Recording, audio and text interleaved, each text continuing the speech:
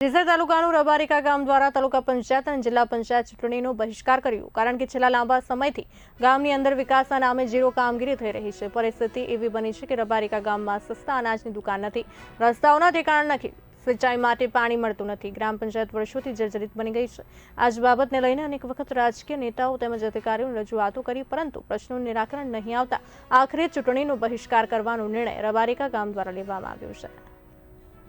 સરપંચ અને પૂર્વ તાલુકા પંચાયત ઉપપ્રમુખ હવે છેલ્લા 20 વર્ષથી જે આધાર કાર્ડ જ્યારે અમલમાં આવ્યા છે કે આધાર કાર્ડ પિનકોડ આધારિત હોય, પણ રબારિકા ગામે અમારા આધાર કાર્ડ નીકળતા નથી।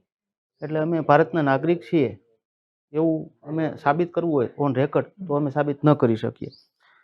બીજું, સોની યોજના કે આજે અમારા ખેડૂતો જે 100 વીઘાનો ખાતેદાર છે સુરતમાં મજૂરી કરે છે અને અમને પાણી નથી।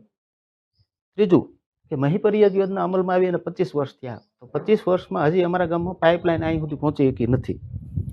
રબારિકા ભોકરવા રોડ અમારો 10 વર્ષ ઉપર સમય થયો છતાં એ રીકાર્પેટ થયો નથી।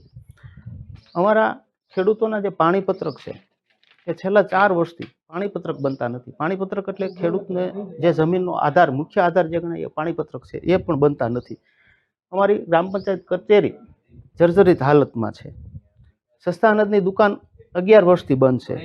પછી અમારે તાલુકા ફેર જે કરવાનું છે કે જેસર તાલુકામાંથી અમારે સાવરકુંડલા એટલે કે અમારો મૂળ તાલુકો સાવરકુંડલા છે એમાં અમે જવાની માંગણી કરેલી હોય, તાલુકા પંચાયત અને જિલ્લા પંચાયતે પણ ઠરાવો કરેલા હોય, પણ સરકારશ્રી સુધી આ દરખાસ્ત પહોંચેલ નથી। એટલા માટે અમે આ ચૂંટણી બહિષ્કાર કરેલ છે।